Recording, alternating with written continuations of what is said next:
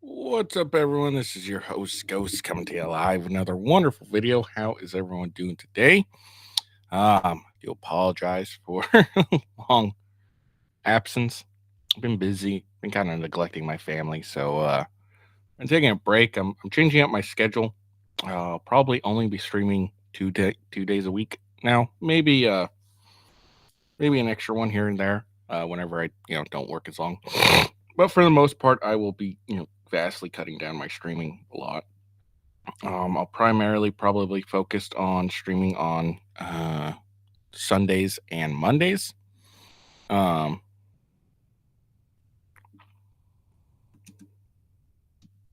that's just going to be the best bet for me to stream. So yeah, Sundays and Mondays are probably going to be when I'm going to be streaming. Sundays in the afternoon, Mondays in the morning. So, like I said, I've been kind of neglecting my family trying to do this thing, and it's really it's a pain in the ass to try and do this and work a full time job. Um, so I'm just gonna cut back a little bit, as I'm not able to really do anything at all. I'm gonna try and focus more on losing my weight as I'm extremely overweight. Um, so yeah, that's basically what's going on. Nothing of importance. Yeah. Um, let's see. Yeah, I think that's all I really got for you. It's the only reason I've been gone. Um, how have y'all been? I've been all right. I've been pretty good. So what we're going to talk about is Andrew Wilson had a debate with this sperm donor hobbyist Hung Lo Wang. Obviously, it's probably not his real name. Um, but I honestly didn't know what to fucking call this guy because I don't know. He had some insane takes during this debate. It made literally no sense at all. And Andrew Wilson just obliterated him. Completely and utterly destroyed him. So we're gonna check that out. We're gonna watch it. I got like an out in like an hourish. So we'll get as far as we can with that thing, and then and go from there. I know the debates are today, uh, and I was actually planning on uh, covering them today, but I had a very long weekend where I wasn't working and I was just spending time with the family. Um, and so I got to make up for that by actually working today. Uh, even though I could have had the day off today. I could have, but like I said, if I had a really long weekend and I need to actually work today, so um, I may try to do the. I might try to do the. You know, look at watch the debates tomorrow. I'll give that a shot, and I might break it up into 2 days. Sorry about that. But I may try to break it up into 2 days. We'll see how I can do it. I don't know. We'll see. But I was planning to do it live, but it just isn't gonna happen, which kind of sucks because it's probably gonna be a good one. But we'll see. This is a very important debate tonight. Um, it's gonna show us. It's gonna show us. It's gonna be like the first time Kamal's been really challenged on her views and anything. We'll see how well Trump does with it. I don't know. Who knows what will happen? But I'll watch it tonight, uh, and then I'll cover it tomorrow. But anyways, let's get to what we're going to talk about today. Is this sperm donor hobbyist wanting to convert people to his way? I don't even know what his fucking worldview, like what he wants. Like it doesn't make any sense. It's weird. Anyways, follow me on X at official WGhost. That is the best way to find out when I go live. You can also watch me live if you choose to. And then of course rumble.com/withghost, youtube.com/official. Wait, is it official with Ghost? Fuck, I can't even remember. It's been so long, I can't even remember my own goddamn channel. Let's see. Yeah, sorry. YouTube.com/@withghost. And then twitch.tv/officialwithghost. There we go. Those are what it is. And yeah. All right. So that's all I got for you today. Without further ado, we'll check this out. I don't remember how to do this crap. All right.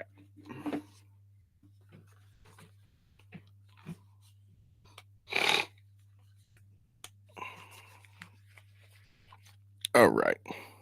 Here we go. Getting pregnant and so on and so forth. It's a very sensitive topic, and I want to recognize that in advance. And if this getting be mindful of what we're saying and weary. Now, before we get into it, Andrew Wilson carries this debate completely. 100% that he carries this debate. He's the one who wrecks it. This chick here, his quote unquote partner, is a moron who just ends up just saying a bunch of crap like, I don't like this guy. Nah. That was the basics of that was the basics of her argument here is, I don't like this guy. That's all it was, really. So, but yeah, so let's go. Of who we could be triggering in that aspect for people who do have issues getting pregnant and so on and so forth. It's a very sensitive topic, and I want to recognize that in advance. And if this bothers you, please turn this off now and come back to another show. So Michelle, I think you wanted to take it off from there. Yeah. Hi, everybody. My name is Michelle. I'm just here helping out for tonight. I don't have a channel or anything. Please don't try to find me. Leave me alone. I hate people. Don't bother me. But I do want to remind my mods to use very heavy hammers if you see anything regarding like children, specifically like your children's going to XYZ in the chat or anything like that. Please go ahead and just take that right off the chat. We don't want to see any of that. And also I want to remind everybody that this does kind of fuck with terms of service. And if we want to try to kind of have some fun with this and come up with fun words for, I don't know, like gooey gift, baby gravy, you know, to kind of override some of the TOS standards, then that would be helpful. Maybe we can make I don't know, like a poll later who comes up with the most creative pun. So yeah, just keep TOS in mind, guys. Oh, and I remember, just remember this. I want to say something real quick. It turns out James Earl Jones died yesterday, which really sucks. Really does suck. So rest in peace, James Earl Jones. If you don't know who James Earl Jones, who are you? You've been living under a rock. He's the voice of Mufasa, and then obviously Darth Vader, iconic voice. It really sucks that he's dead, but it's not really surprising. He's super old, so it's not surprising. But rest in peace, James Earl Jones. And again, it really just kind of sucks that such an iconic voice is gone. So that's all I gotta say. All right, back to this, guys, and then I'll be here to help out. That's all I have. Wonderful. Thank you, Michelle. And just a reminder to everybody, we are going to be holding super chats to the end of the evening. Michelle, I think you had a caveat for that. Oh, yeah. If you do want to send in over 25 over at the Raging Tomato, I will go ahead and do like an interruption of the panel to address that super chat. Mm-hmm. And just a quick shout out. I want to just briefly introduce everybody to the panel. We did have one, unfortunately, not didn't show up tonight. So everybody give a big shout out to Kat for filling in last minute on the nose. She's ready, looking gorgeous as ever. Thank you so much, Kat. We appreciate you kindly. And then Hung Lo Wang is actually new to our community. He comes over from the sperm donation arena. So I hope we can kind of intermingle some communities and see more panels coming that way as well. And then Torsha, you all know, the wonderful, lovely commentator, always having interesting topics, conversations, and yeah, she doesn't have any again, you're gonna see all she and I watched this before just in case I wasn't obvious.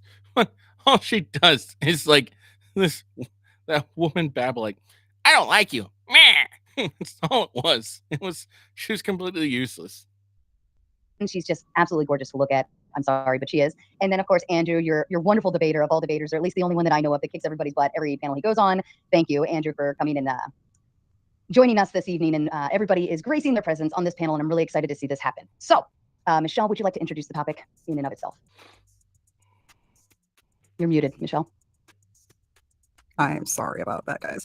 Topic we have today is sperm tours. I stumbled on a community on Facebook of men, and Hung Lo's post actually caught my eye. He had a really interesting one of all of these requirements that he had for donation. And so I actually kind of wanted to toss it over to Hung Lo and have him talk about that a little bit. Can you go over what your requirements are for donation?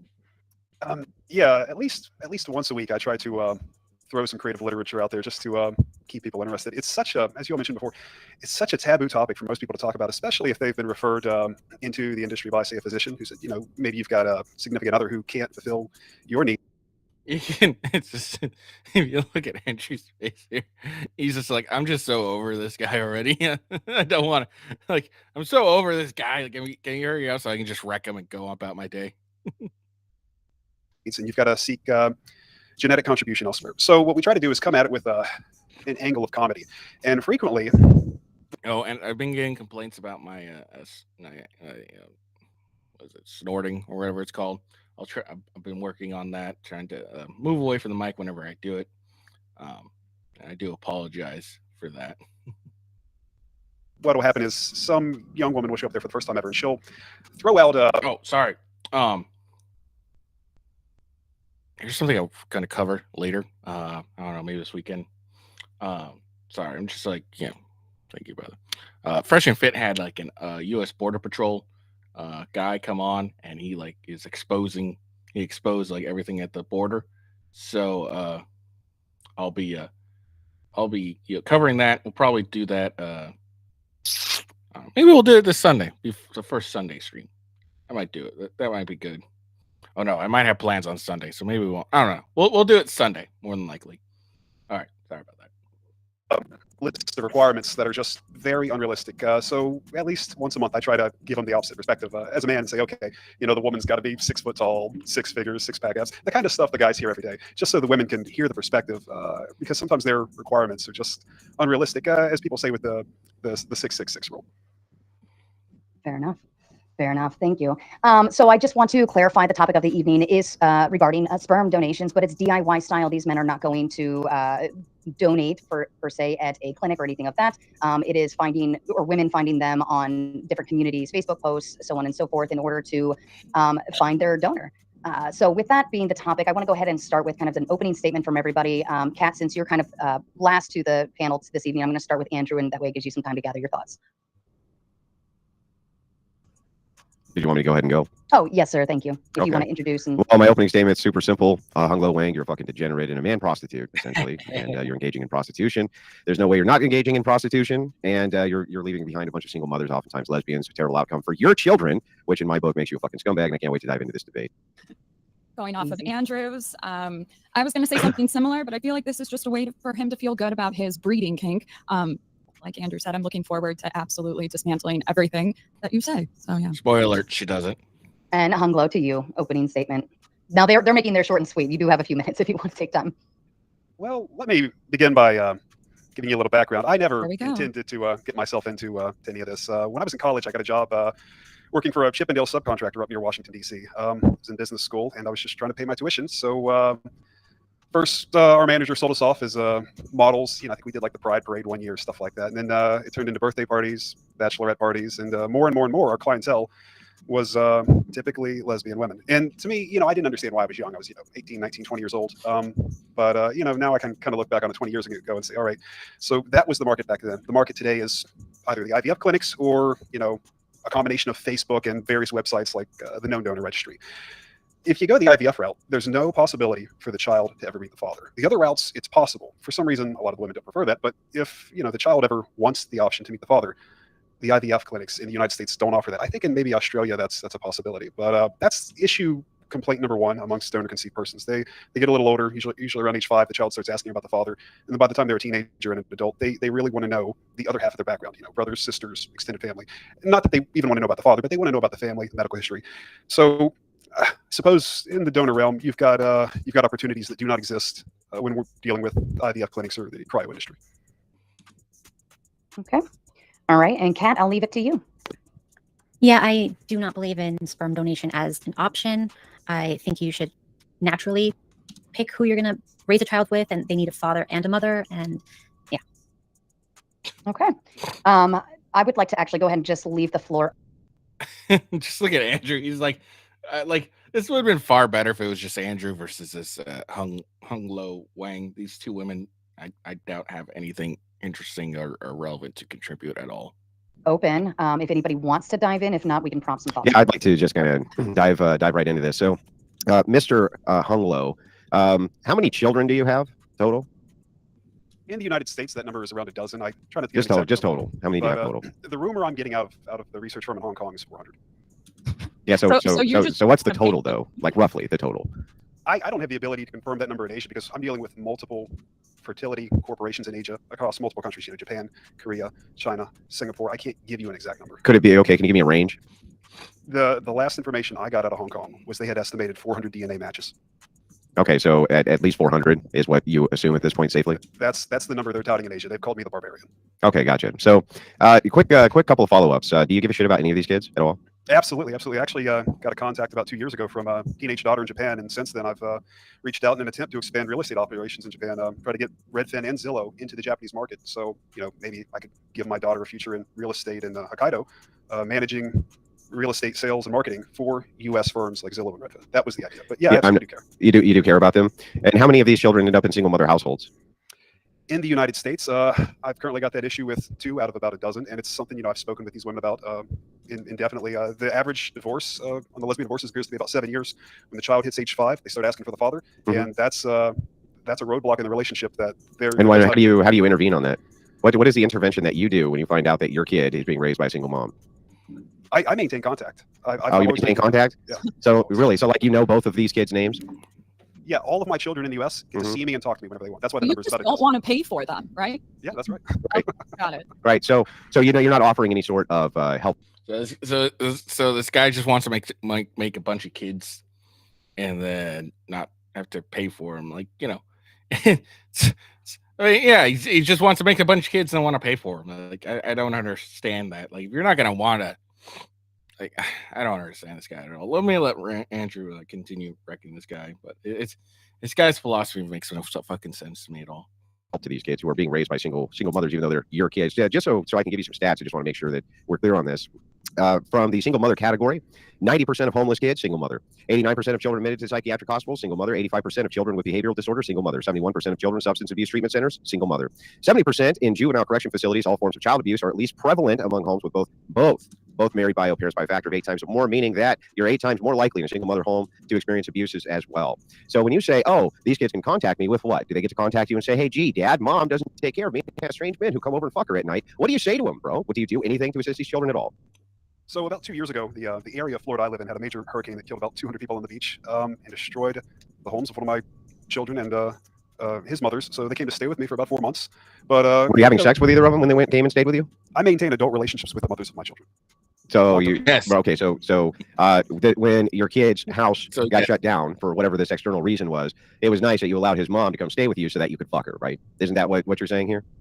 I maintain adult relationships with the mothers of my children indefinitely. So you realize how slippery and slimy this guy is. You can't just say like, yeah, I was fucking him. Like, you just gotta say I maintained adult relationships. What does that fucking mean? What does adult relations mean? Were you fucking them is the question. Not, this guy is very slippery and slimy, you'll see. And he'll dodge a lot of questions, not answer the questions. And it's kind of funny to watch, really. But yeah, I maintain adult relationships with the mother of my kids. Okay, are you fucking them? Are you getting a benefit external to actually, you know, anything else? Does that mean you're fucking the mothers of your children? Is that what that means? Yeah, okay. 100%. So they came to stay with you because it's a booty call. So they stayed in your house. You were humping the mom. You don't have to pay a dime, and then they leave. How exactly is this? A good follow-up question is like, would you allow them to stay with you if you weren't fucking them? Okay, if you weren't still fucking them, would you have allowed the mother of your children, like, you know, hypothetical? Okay, say these women that this woman who lost her home, whatever, during a hurricane, whatever fucking thing. Would you allow her come into your house if she did not fuck you? No. Assisting the child. My kids get to see me whenever they want. Yeah, how is it? How do you assist them though? Through financials, through assisting in their school, for instance. Number 2 kid, do you know the name of the school he goes to? Yeah. Or she? Yeah, absolutely. And have you paid a dime towards any of the school tuition, any of the school backpacks, anything like this? Lots of holiday gifts, birthday gifts, lots of vacations together. That's not my question. Can you answer the question I asked you? So what, you mean like $20 for a backpack? Yeah, I'm asking, do you buy school clothes for them? Are you assisting them with their healthcare needs? Are they on your insurance? Like, what the fuck are you doing for these kids, bro? That are yours, that you love and care about so much? So during the day, I do some capital management, and I frequently trade accounts for the mothers of my children. So, you know, on a good week, I make the right trade. You know, a $250,000 split 12 ways. Not too bad. Okay. You taking money. And just gonna point this out, but like it's just really funny. He's like, he just said, yeah, I take their money and then I gamble with it, and if it goes well, then I got a nice hefty egg. But if I don't do well, then it's no big deal to me really because it's not my fucking money. Money from these women and then doing day trading on their dime again, where you again no risk liability to you at all, and you might potentially make them some money, is not supporting your kids. It's risking the money of their mothers. In fact, right? Isn't that what that's actually doing? You're literally risking their mother's money on behalf of some trade you think might work out for you. What is your actual risk here? None, not at all. I've got to say, this situation has certainly limited my financial liability. So no risk. Seems that way. Yeah. So I mean, I don't understand how on the one side of your mouth, and I'll turn this over to my partner here in a second, but I don't understand how on the one side of your mouth you say, "Oh, I care so much about these kids. Oh, it's great. I fuck all their moms." But I'll even day trade with their money. I love day trading with their money, and if I lose it all, well, fuck it. I have no liability, no big deal whatsoever. I don't have to pay anything for these children. Meanwhile, I love them so much that I'll leave them inside of a single mother household. Right? You're not exactly fighting for custody to get them out of those single mother households. Do I have that correct? Yeah, I would never attempt to take my child away from their mother. Yeah, you'd never attempt to mitigate the risk by 90% for homelessness, for instance, 89%. Children admitted to psychiatric hospitals. You never try to mitigate any of that risk for your biological offspring, right? I'd never take that. Well, hold on. Now you mentioned homelessness. Now I just told you a 22-foot storm surge destroyed my child's home, and I provided them with a home. For 4 months. You provided them with a place where you could fuck their mom. Yeah. That's what their mom wants. Yeah, that's not providing a home for a child. That's not what a home for a child is. A home for a child has a mommy and a daddy that love them and are taking good care of them. That's what a home is. A home is not a place where you go for a booty call with a baby daddy. That's not a fucking home, dude. And in what universe do you think that that's a good environment for a kid? Well, I think that in order to have two happy parents, it's a good idea to have maybe two parents that care for each other and are in love. You don't want fighting in the household. That's never healthy for children. Okay. What? So I think I'm sorry, I just want to get this right. In order to avoid fighting with the children's mother, you're going to make sure that they stay in a single mother household, even though you could help, you just choose not to because, well, after all, you have to limit your own personal risk when it comes to dealing with your own fucking children. Do I have that about right? And hearing that out loud, does it make you in any way question the fact that you are probably the biggest fucking scumbag that I've met this year, and I know Destiny? So I would say 95% of all posts that we see on Facebook demand no contact after the deed is done, and the vast majority of women actually want their genetic contribution shipped to them in the mail. They never want to meet the father of the child, and they don't want the child to have the ability to meet the father. We're talking 90%. Yeah, but this is not the situation that you're in. The situation that you're in is you go and plow these chicks because you want to fuck them, right? And then they have kids with your genetic material that way, correct? You're right. I don't know why we're obfuscating away from this issue into other issues that have nothing to do with what you're doing, which is porking women because they pay you money and then you get to play with more money from them. I guess you get to play with their investments and their savings in order to make good stock trades. So you can make yourself more money. I'm not exactly sure how you feel like you're on a hero's arc here. Like, what is it that you're doing? What is this great service you're providing for society other than creating single mother households and people who don't know who their fathers are exactly? At least in the case, for instance, of a person who anonymously is a donor. What happens is the parents are carefully selected from a married couple, right? And then they go and they get the kid via IVF or something like this. It's a very careful selection for this. In your case, no, you just select, right? Just like, well, yeah, I'll plow you, and there's the baby, and I don't have any financial risk, and I never have to take care of it again, right? Is that right? Well, hold on now. If the donor's anonymous and the married couple divorces, you've still got a single mother, and then she just can never identify who the father is. Yeah. So the thing is, everything's about mitigating risk, right? What this guy doesn't understand is being a father is more than just contributing to the sperm. Like what is this guy talking about? Well, you never be able to identify the father. Yeah. You're just because you created the kid doesn't actually make you the father. Okay, make you a father. Okay, just pumping and dumping into a chick and her getting pregnant isn't what actually makes you a father. Being a father is actually being there and having some commitment, raising a kid, guiding them so they'll be they can be productive members of society. That's being a father. Just pumping and dumping into some broad. It's not it does not make one a father. But that's the problem with this dude. He just thinks like, oh, I'm a father because I contributed to the life of this kid. You may be a biological dad, biological father. You may be like a creator or something or whatever you want to call it, but you're not a father in that aspect. You're not a father just because you pumped into some chick. But that's all he thinks. He's like, well, I'm a father just because I'm the one who coomed in her. I'm the one who skeeted into his broad. Like that's the problem. Like contact with the father doesn't make any sense. Even if what they're talking about is they IVF, whatever, anonymous donor, whatever the fuck it is, and then kid comes to the couple who had trouble conceiving, and then the couple decides to split up. Well, the child does have contact with the father. It's with the guy who was raising him. That's the father. Not maximizing it, and I would assume that you would understand that you would much rather have a married couple have a child, even under the assumption there's a possibility one day they could divorce, versus here, single mom, lesbian, have a field day. I hope nothing goes wrong with my kid. Issue number one, the top complaint amongst the donor conceived community is lack of access to the father, and it has been that way for 20 years. Yeah, so maybe you should have kids that have access to their fucking father, bro.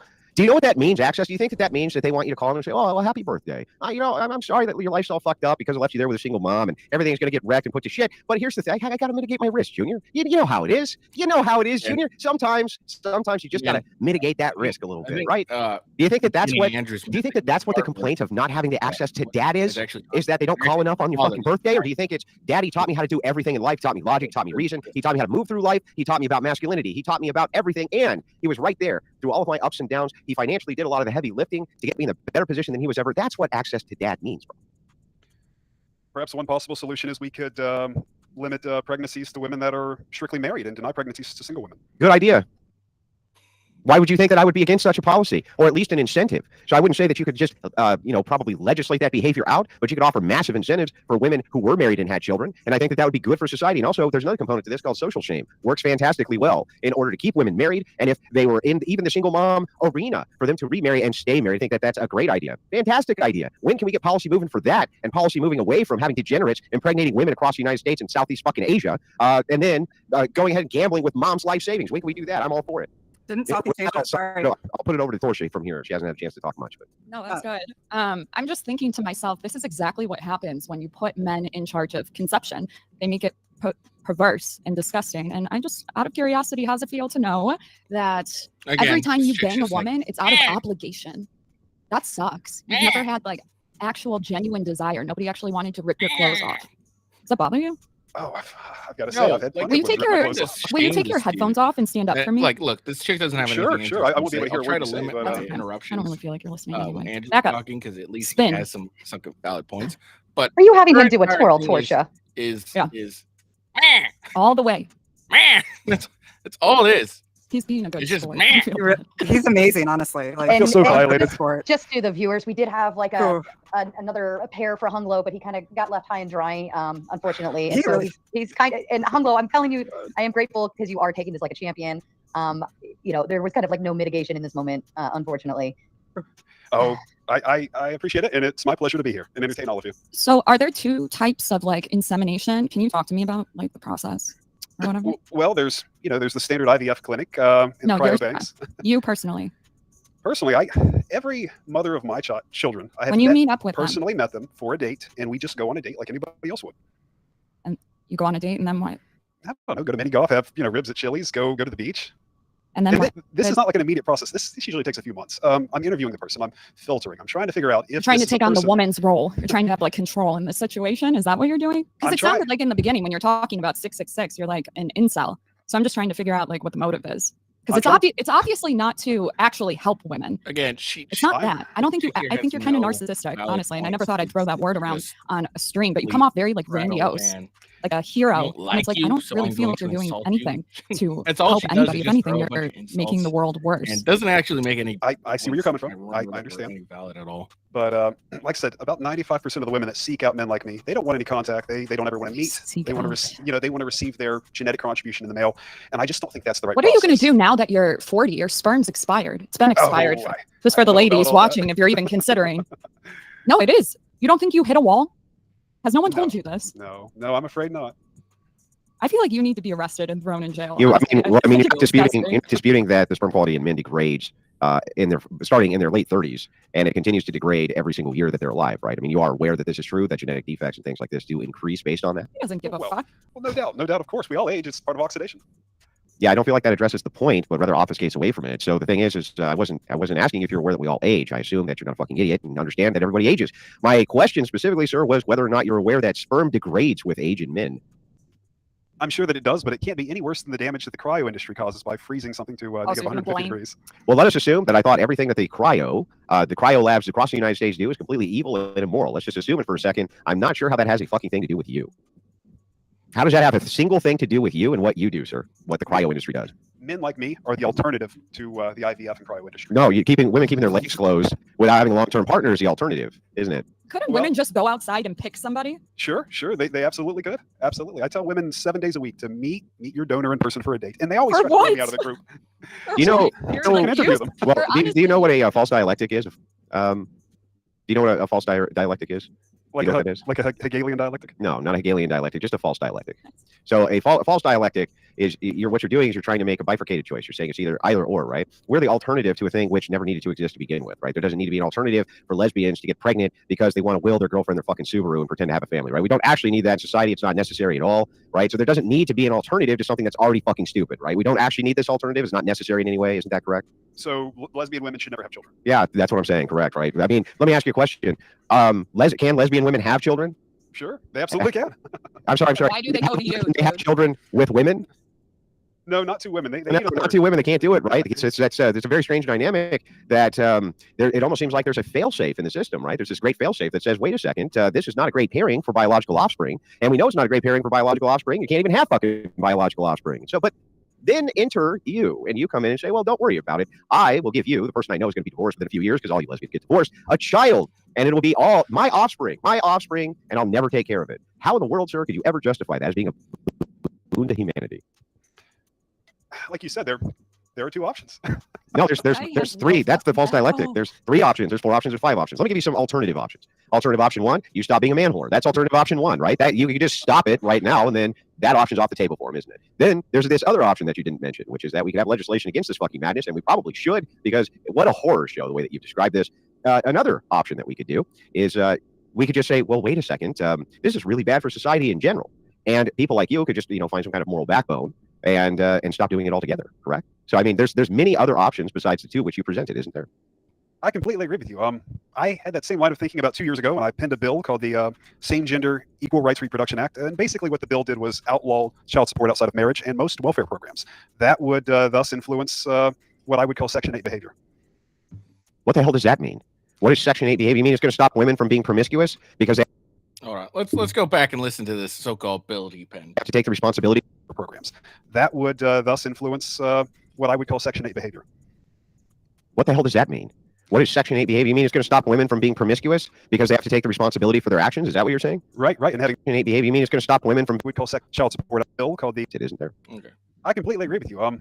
I had that same line of thinking about 2 years ago, and I penned a bill called the Same-Gender Equal Rights Reproduction Act. And basically what the bill did was outlaw child support outside of marriage and most welfare programs. That would thus influence what I would call Section 8 behavior. What the hell does that mean? What is Section 8 behavior? You mean it's going to outlaw child penned a bill called the Same-Gender Equal Rights Reproduction Act. And basically what the bill did was outlaw child support outside of marriage and most welfare programs. That would thus influence what I would call Section 8 behavior. I think what this guy did was he just listened to a bunch of red pill talking points, and that's about it. Like, what the fuck is he talking about? Section 8 behavior. It doesn't make any fucking sense. I think this guy just listened to like Myra and stuff. It's like, oh, I'm just gonna say some some words and that'll make some sense, right? That's all that really happened.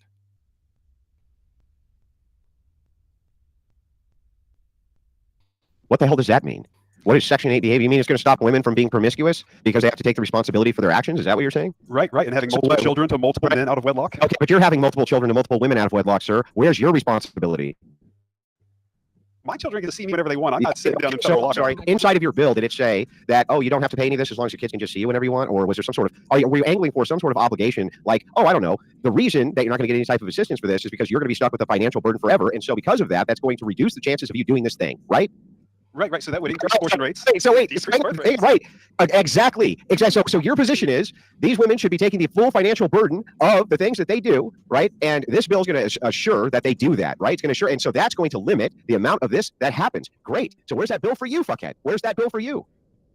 That also makes you responsible for the same exact shit that you just drafted a bill to reduce their bad behavior in doing. Where's that bill? Are you going to pin that?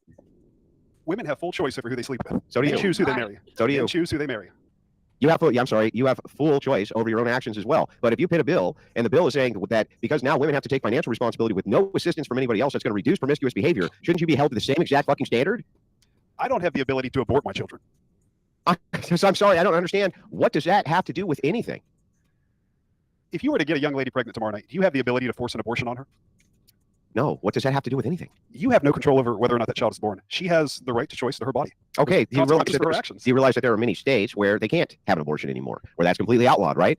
And if you were in said state, are you saying that you would not still have passed such a bill, even though you know it reduces promiscuity in women? Of course you would have, right? So I'd like to answer my question first before you obfuscate. The rider addendum on the bill is federal abortion legislation. So abortion becomes legal in all 50 states and all territories. But yeah. So abortion everywhere, and no more child support, and we're stripping the majority of welfare.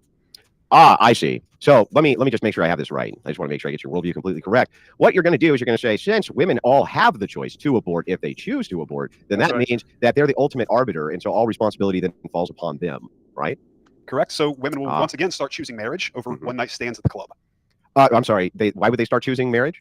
Because there will be no child support outside of marriage. Well, they can just have an abortion, Dunce. What are you talking about? Right. So once the child's aborted, why would it lead to marriage if you could have? So let's go back to listen to this dude's bill. All of these correct to abort. Then that means. I see. So abortion. So I'd like to answer my question first before you obfuscate. The rider addendum on the bill is federal abortion legislation. So abortion becomes legal in all 50 states and all territories. But yeah. So abortion everywhere, and no more child support, and we're stripping the majority of welfare. See, that doesn't make any fucking sense. There's abortion's legal everywhere, and that guys don't have to pay for it. Pay for the women. That doesn't make any sense. How is that? What? That doesn't make any fucking sense. Like, what is this crap? Like, okay, how is that an incentive for women to, not get an abortion? Like, or not have kids out of what? Andrew points this out, but all they're going to end up doing is just fucking as much as they want. And then afterwards, they're just going to get an abortion if they get pregnant. That's all that's going to happen. So now all that's really changed for this guy. All this guy's trying to change is men not having to pay for, the women that they impregnate. That's all this. That's all it really is. Really, is I'm going to impregnate this chick, and then I don't have to pay for it. Now, it would, but abortion's legal everywhere. So what's the incentive for women to change? Because they can still just get the abortion, and still they can still continue with their behavior, and not get the and go and get an abortion. Like this kind of thing would make sense if it's we just do what we're doing now, which is hey, states choose whether an abortion or not. In the states where abortion is legal, men no longer have to provide financially. And then in states where abortion is illegal, men have to provide financially. That I could see would give an incentive to women to at least women to maybe outlaw more abortions, because they're like, hey, I'm in a state where well, I have you probably run into the same problem anyways, but at least they'll be like, well, if I go over to this state, then I'll be then I'll get then I'll be financially provided for, and so it might be a good idea to make it so abortion is illegal. That way I could still get my financial, there might be far more women that would outstrip the women that have want to get an abortion and fuck around. But if it's legal everywhere, and you get to fuck it, this doesn't make any sense. So it's legal, if abortion is legal everywhere, and all that's changed is men no longer have to provide financially. There's no incentive at all. And like I said, if we did it how we did now, where hey, there's some states that have abortion legal, some states where abortion is illegal, and then in the states where abortion is legal, there's no longer a financial aspect to it. You can't ask a man to provide. That could potentially cause women to maybe change their behavior and push for outlawing abortions, because majority of the women who aren't getting abortions could be screwed over. But if it's legal everywhere, then all it's going to end up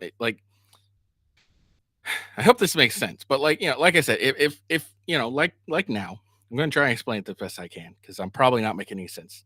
But if abortion is like it is now, okay, legal somewhere, legal otherwhere, and then in the places where it is legal, all right, you can no longer ask guys, or guys can opt out of child support.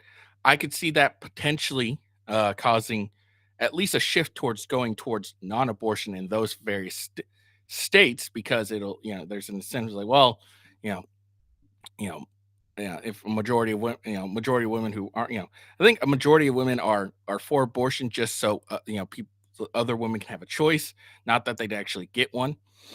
But that would, and by removing that aspect, well, I live in a state where abortion's legal, but I can know if I get pregnant, the guy can opt out of paying child support. Um, I'm going to either move to a place where that's not like that, and keep it, keep that state from not having abortion, or I will push for abortion being illegal in my state. That I can see that incentive happening. But with this guy's plan, if abortion's legal everywhere and the men don't have to provide financially, then what's the incentive for women to push towards a non-abortion thing? Like, because now it's just like, all right, well, I'll just keep fucking, and then if I get pregnant, I'll just use abortion as birth control. That's gonna be the thinking. I don't see any incentive for women to like change their behaviors. They can just do what they want to do and then get an abortion if they get a kid. Like, it doesn't make any sense. This guy's plan makes no sense at all. I see. So let me just make sure I have this right. I just want to make sure I get your worldview completely correct. What you're going to do is you're going to say, since women all have the choice to abort if they choose to abort, then that means that they're the ultimate arbiter, and so all responsibility then falls upon them, right? Correct. So women will once again start choosing marriage over one-night stands at the club. I'm sorry. Again, doesn't make any sense. This doesn't make any sense. Like, why? Why would they? Oh, I can no longer get child support, but I can get an abortion. Why would that push women to marriage at all? They'd be like, well, I'll just keep fucking and I'll just get an abortion. Doesn't make any sense. Why would they start choosing marriage? Because there will be no child support outside of marriage. Well, they can just have an abortion, Dunce. What are you talking about? Right. So once the child support, why would it lead to marriage if you could have all of the sex that you wanted with none of the consequence? That defeats the whole purpose of what you're saying. Because if you're a woman and you want to have a child, you're going to want financial security. You're going to get married. Yeah, the best way to do that is to have an abortion. Especially if you're saying there's no moral qualms, you want it legal in all 50 states. How is that going to encourage marriage to tell women to just go ahead and abort their kids? If you want children, you will get married. Okay, dude, listen, wait. What the fuck? What? You hate women. You actually hate. I think you're in the closet. I think you have literally this dude that's actually gay. Because all the shit you're saying about women, get rid of this, get rid of that, you actually hate them. I can't tell if he's like serious. Let me take a moment just to intervene for just a sec. I just want to say there's over 4,000 of you guys watching between all of the different channels. I'm watching it. It's really cool. If the viewers want to hit a like, subscribe, share, do that. From my channel, by the way. Huh? She means from my channel. Yeah, that I'm gonna say 99% of them are coming from his. But I just want to say to all of you out there, all the viewers, please be sure to like, subscribe, share, do that part. We all love you. We're glad that you're here. Thank you. Back to you. Nothing. Yeah, I'd like to continue with my line of inquiry because this is incoherent madness. I have no idea what the hell you're talking about. If the goal here is to promote marriage, do you realize that the number one indicator for marriage is going to be that the act of sexual intercourse leads to pregnancy, right? The unavoidable pregnancy. If you take that off the table, like with birth control and abortion, that reduces marriage because now you can have all that fun stuff, the sex part, without any of the responsibility, the kid part. So how in the world are you and your policies leading towards marriage, sir? That you're doing the opposite. We have a system right now where a woman can have multiple children to multiple men, and the state will support her. They'll give her Section 8 housing, food stamps. Maybe she can get child support out of 2 or 3 of the men. Maybe if you were in lockup and the state pays. I think that's the wrong motivation. We need to stop sponsoring this kind of degenerate behavior. You're the degenerate. What do you mean? You're the degenerate. You're the behavior you're engaged in is degenerate behavior. You are literally going town to town and spreading your seed like you're Johnny fucking Appleseed and are refusing to have any sort of support for the women who, by the way, if you really cared about female responsibility, is it responsible, sir, for you or for these women even who you impregnate? Is it responsible for 2 lesbians who are going to get divorced and you know they're going to get divorced within 5 years? Is it responsible for them to have your kid? Is that a responsible thing to do? I think that's something that needs to be pinned into the legislation. If you want to marry her and you want to tell her that you will support her after the pregnancy, you need to be held accountable for that. Yeah, that's not my question. So I'm gonna reiterate my question because you sidestepped it. And so here's the question again. When perhaps instead of sidestepping it, you'll directly answer it. Is it responsible for 2 lesbian women who are likely going to get divorced and you know they're going to get divorced to have your child? Is that responsible of them, sir? I think it can be. I think women can be responsible when held to the same standards as men. They can be just as responsible. Oh, I see. I'm telling you guys, the in the closet. And these, let me ask you a question. These children who are in a single mom household, were the couples lesbians, sir? They were. They were. Oh, they were. Oh, they were. What a shock. What a shock. So wait, the other could be, oh, they're super responsible both times in the single mother household. And you, by the way, allowed this to happen. How in the world can you try to pin that other people need to be taking care of the fucking mess that you participated in making, and you knowingly participated in making? It's just fucking wild to me, man. I don't think our tax dollars should be supporting those single mothers and those children without their father. You mean who wouldn't exist without you? Who's Like again, Right. fucking pay for them if you're not going to do it? It's crazy to me that like, again, oh my God. like the Sorry, I'm point- sorry. Go ahead. I think if we change the legislation, we Just- can alter the behavior. I think the legislation is impregnating dictating the shit behavior. makes you a That's the father. It issue. doesn't make you a father. Do you think you can be stopped? Do you think, or the, And does the Correct law legislation. really? So you think there needs to be laws against what you're doing?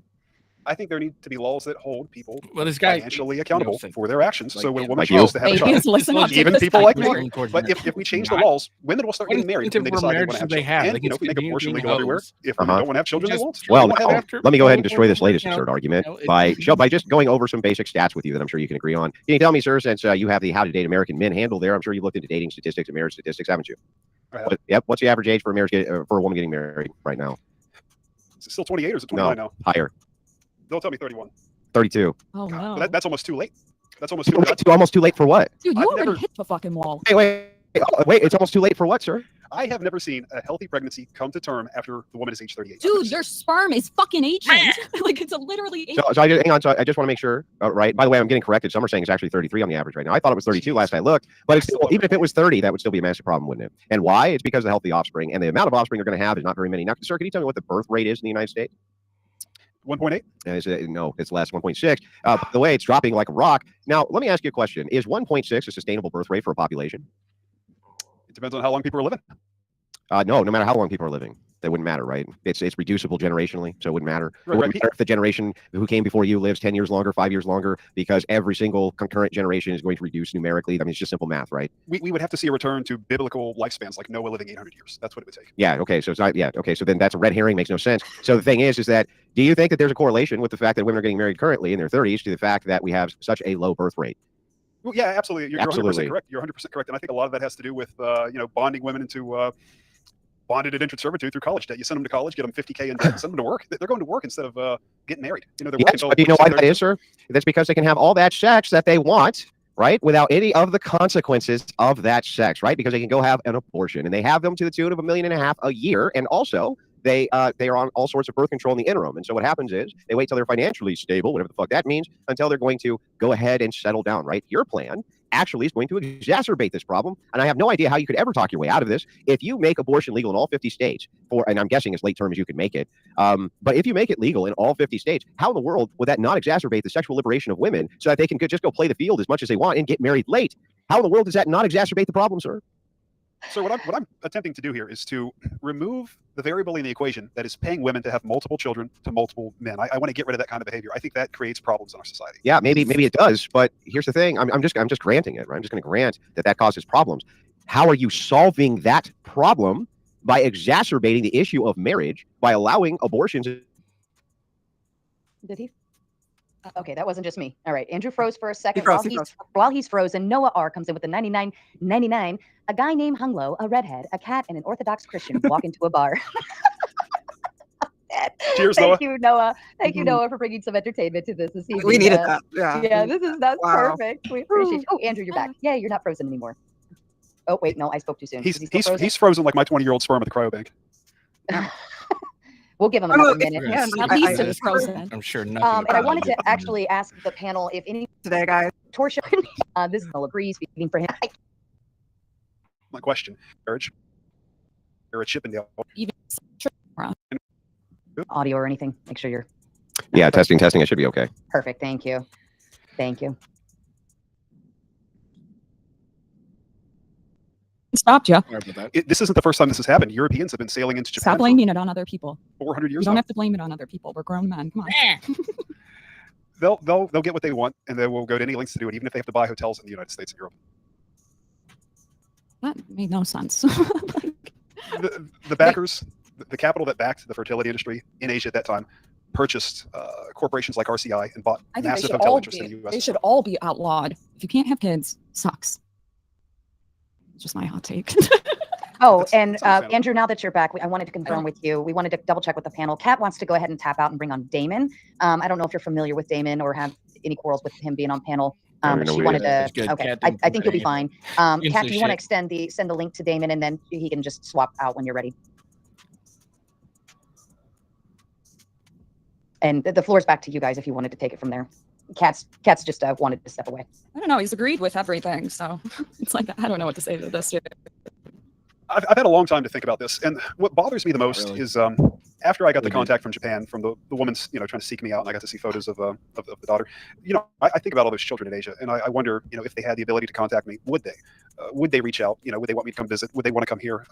Maybe even just have a network to find out who their brothers and sisters were. Otherwise, they're running around, looking for other Japanese that have blonde hair and green eyes. I feel like they can just download fucking 23andMe or pay for it or whatever, and then find out all the siblings near them that are related to them, because that's how they actually find out. It's not really they get to an age like you're saying and they're like, I want to contact dad. It's like, no, they do it or they find out on accident, and it becomes a very big ethical problem. Some guy just sued fucking Georgia over it in 2023, but he was actually with a fertility clinic and he found out his sperm was used like 17 times. You're over here like 400 whatever the fuck, and you're like, I think about it until you jack off into another fucking cup and impregnate them again. Well, he doesn't jerk off into a cup. He actually just goes and physically bangs them. Right? I don't believe one word out of this dude's fucking mouth. He's got a vest on like this and he says he fucks bitches. My gaydar's going off.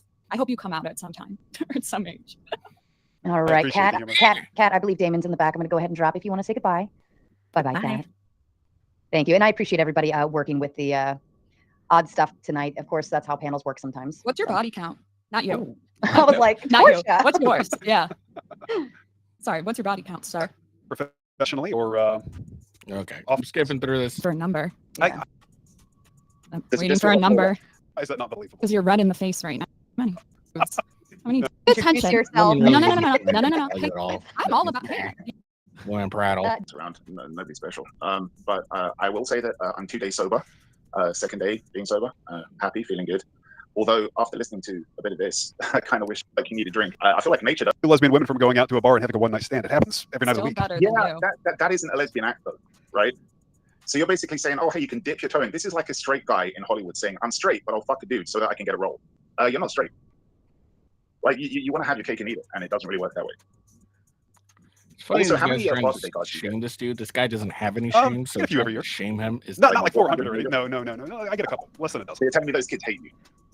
Yeah, I'm sure some of them do. I mean, isn't that a healthy hate to have Probably against not. your They father? probably love No, themselves. I don't think it's a healthy hate to hate your father. No, that seems like a very unhealthy. no, hatred that's to not have. very healthy at all. Exactly. Generally speaking, the biggest complaint that people have is that they don't have access to their fathers, right? And I this agree. is a thing which you have stated multiple times. But when I ask you what the entailment of access is, it's just like, oh, well, you'll pick up the phone and say hello. But if it comes to any sort of burden inside their life, which can be alleviated by your labor or some skills which you have, or even money, at that point they're just asking for, well, just too much. It's just go ask your single mother that I made a single mother, right? Isn't that really what the idea here is?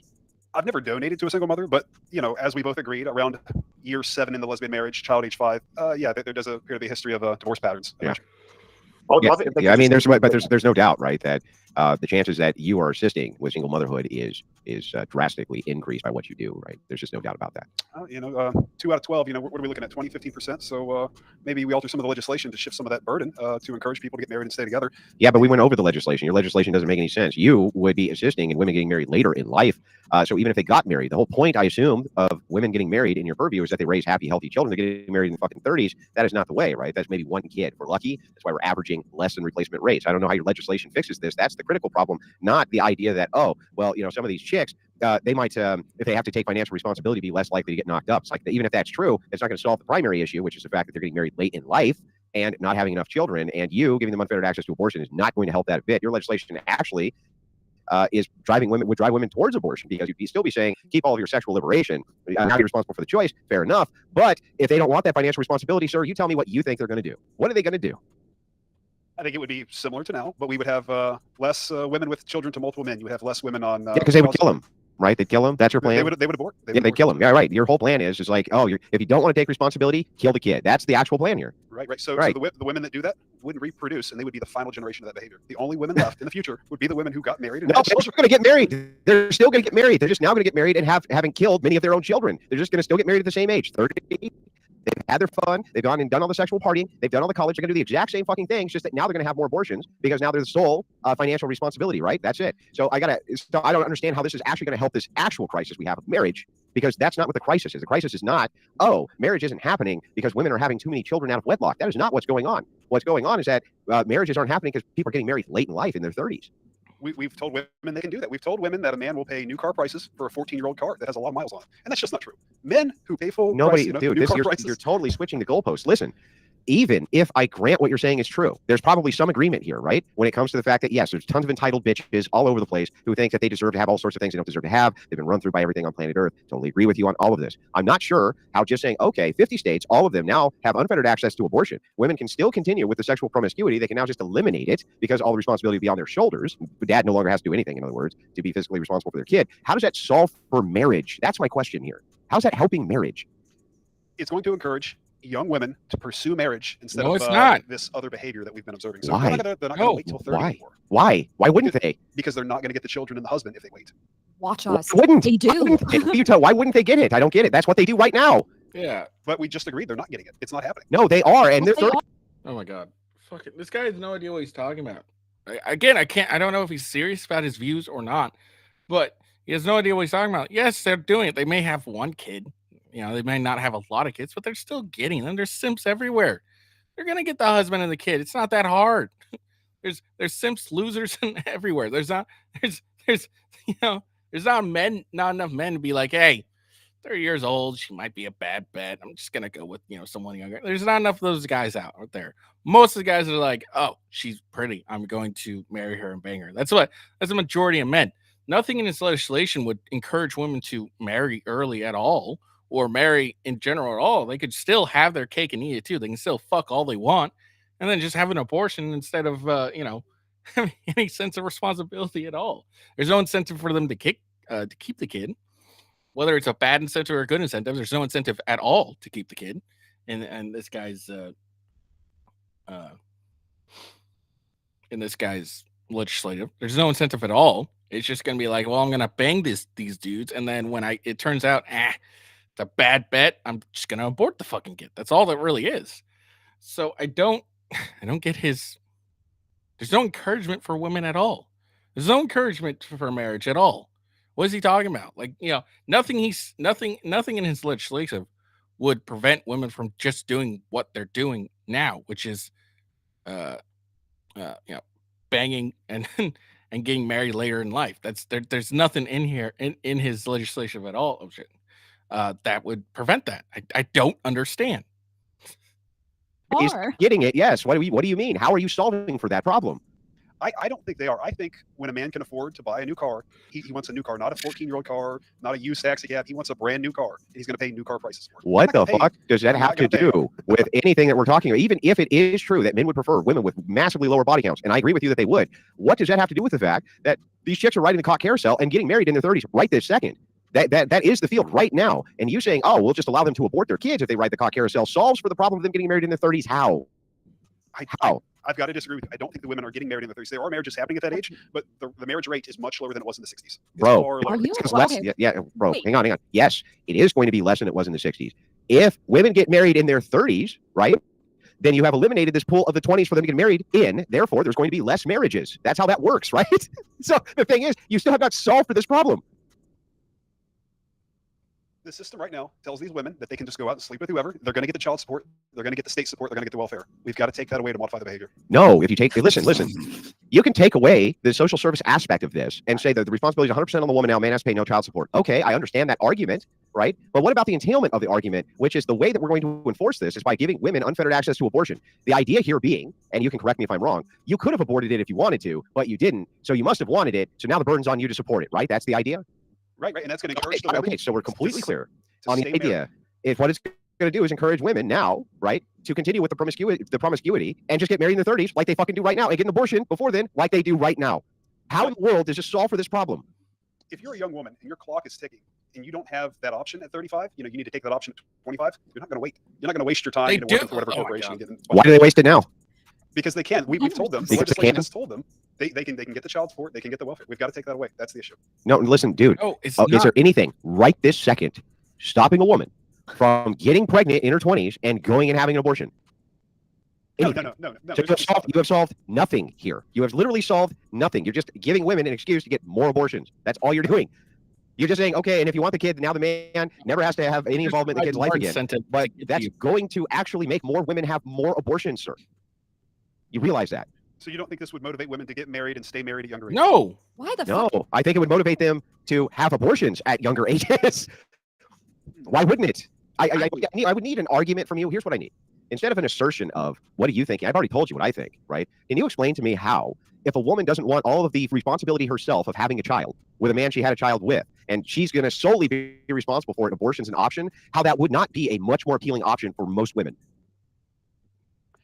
Well, let's look at the cultural differences between Southeast Asia and the U.S. and Europe. You know, typically a lot of the women over there, they're married before 25. They've got a cultural stigma. They're told that by the time they hit 28, Dude, that's where most of your kids are. What are you talking about? That's exactly right. That's exactly right. So I have a lot of exposure. I've been through the divorce. I've been married. I've been divorced. Full access. I'm sorry, did you pin up this legislation in Southeast Asia, or did you pin it up in the United States? No, they've had this as part of their culture for hundreds. Yeah, right. So where's this legislation tailored to? The culture of the United States? Yeah.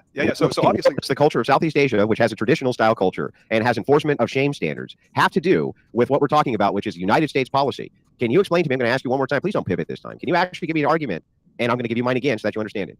If you take all of the shared responsibility for the raising of a child from the man and the woman, put it solely on the woman because now she can have an abortion, meaning you must have had it because you wanted to, right? How that wouldn't necessarily increase abortions drastically. How would it not? Abortions will increase. I 100% agree. Right. I 100% agree. And So the your plan women, is just to fucking kill everybody, bro. That's your plan.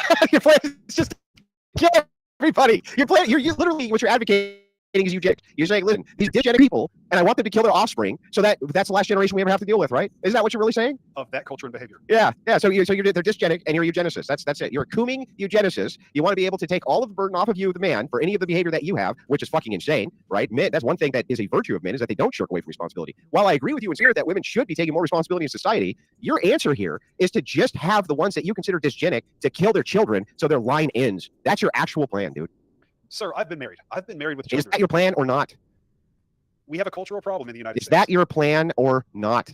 Andrew, you're missing the part where he wants to replace those lines with kids that he's basically seeded. So then they're So they're end going to up grow up. fucking The line isn't going to end. You're going to have another degenerate line that thinks the way you do because you basically shoved your sperm in all of them. But that's why Islam is so successful, right? It's grown in like 1,200 years. It's only a grown in massive Africa. It's not successful in the United States at all. In fact, if you look at the numbers on Islam inside of the United States, for every person that joins, another person leaves. It's not successful in the West. It's never been successful in the West. It's not compatible with Western cultures. The only place Islam is growing is in select places in Africa. By the way, same as Christianity, just so you know. So no, it has not been highly successful, never been highly successful. The most stable societies in the world are monogamous societies, one man, one woman, wife, nuclear family, children, not polygamous societies. Ours are far more stable.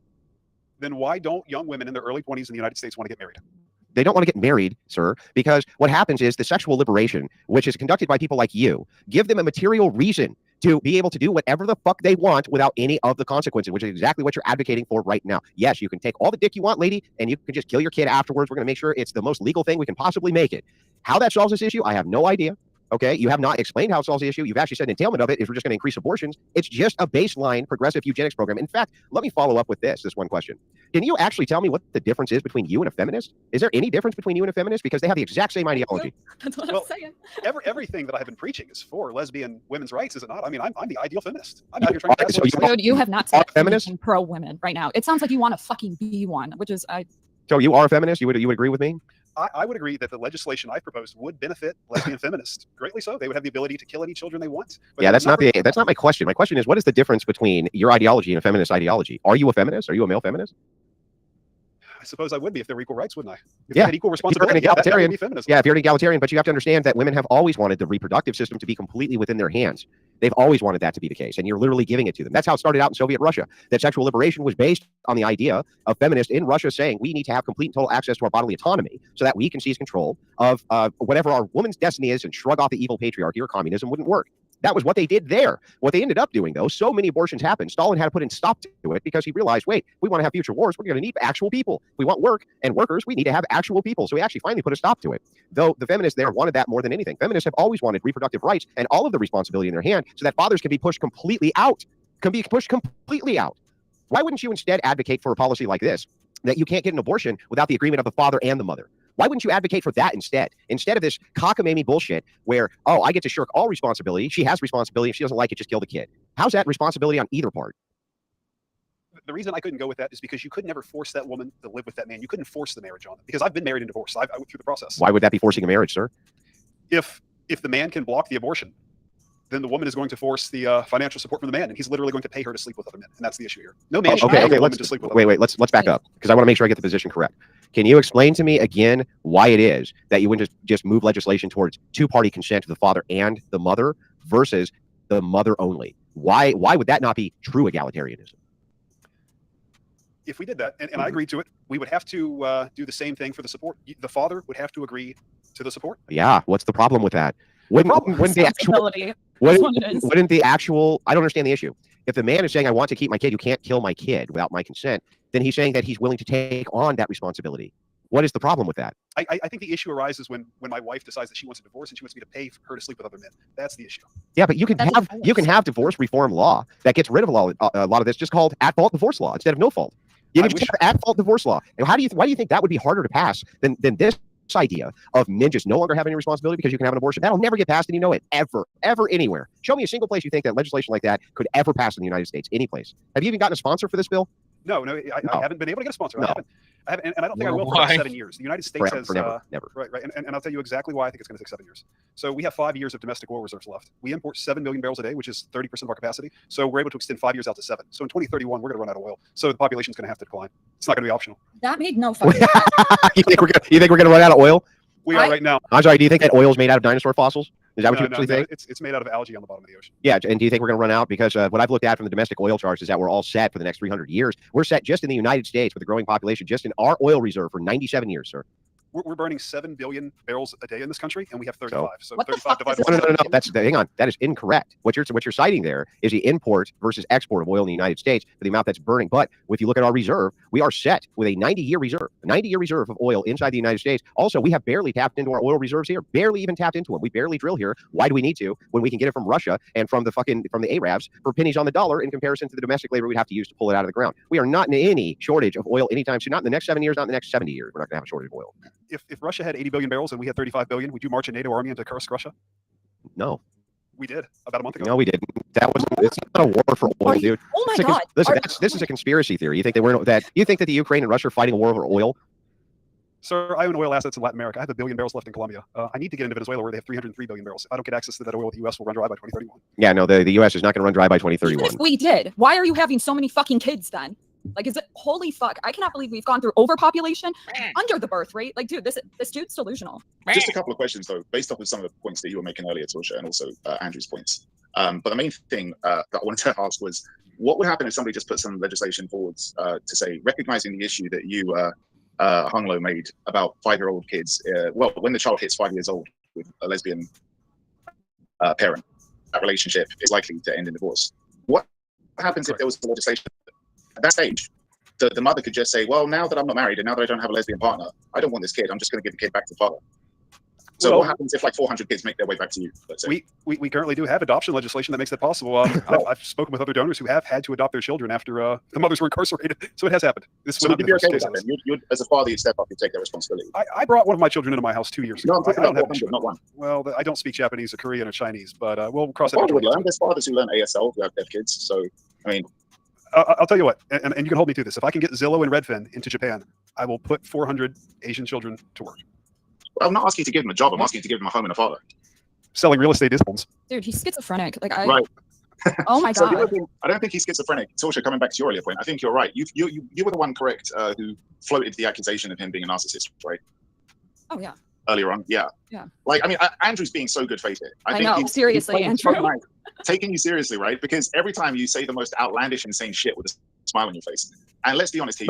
I don't understand why you guys are surprised. This is every feminist debate ever. No, a man that tries to operate like to operate like a woman is literally trying in the to closet. shame this. I'm not here for the ad homs, right? So I don't. I'm not here to attack this guy. I'm here to attack his ideas. And so the thing is, though, is that I'd like to get back to Andrew. I'm saying, when I'm saying that you're being good faith, I'm not talking about by not attacking the man. I'm talking about the fact that you're taking his answers seriously. Yeah. His answers are very obviously not serious. Every time he says something, he's got this shit-eating grin on his face, and he's just sitting there like, you know exactly. This is typical narcissist behavior, the ultimate narcissist fantasy of being immortal, right? Living forever. And you see that with your children. This is why you want to seed Asia with 400 kids, and you're smiling right now when I'm telling you that. You know that you just want to basically have shit tons of kids out there carrying on some kind of imaginary legacy of yours. Like, that's the only reason you're doing it. Sir, You don't want to be a Prove father. he's You want to be a father on your terms. You want to have a kid, and you want, oh, they can write to me, and I can give them a job. It's like, but you're not going to do all the things that fatherhood actually entails, and I don't even think you're equipped for it. Sir, my dealings with the cryo industry of Asia happened 18, 17 years ago, and I didn't even find out those kind of numbers until 2012. So I wasn't directly responsible for any of that, but I did participate in that industry, and these are the consequences of it. I wasn't aware of it at the time.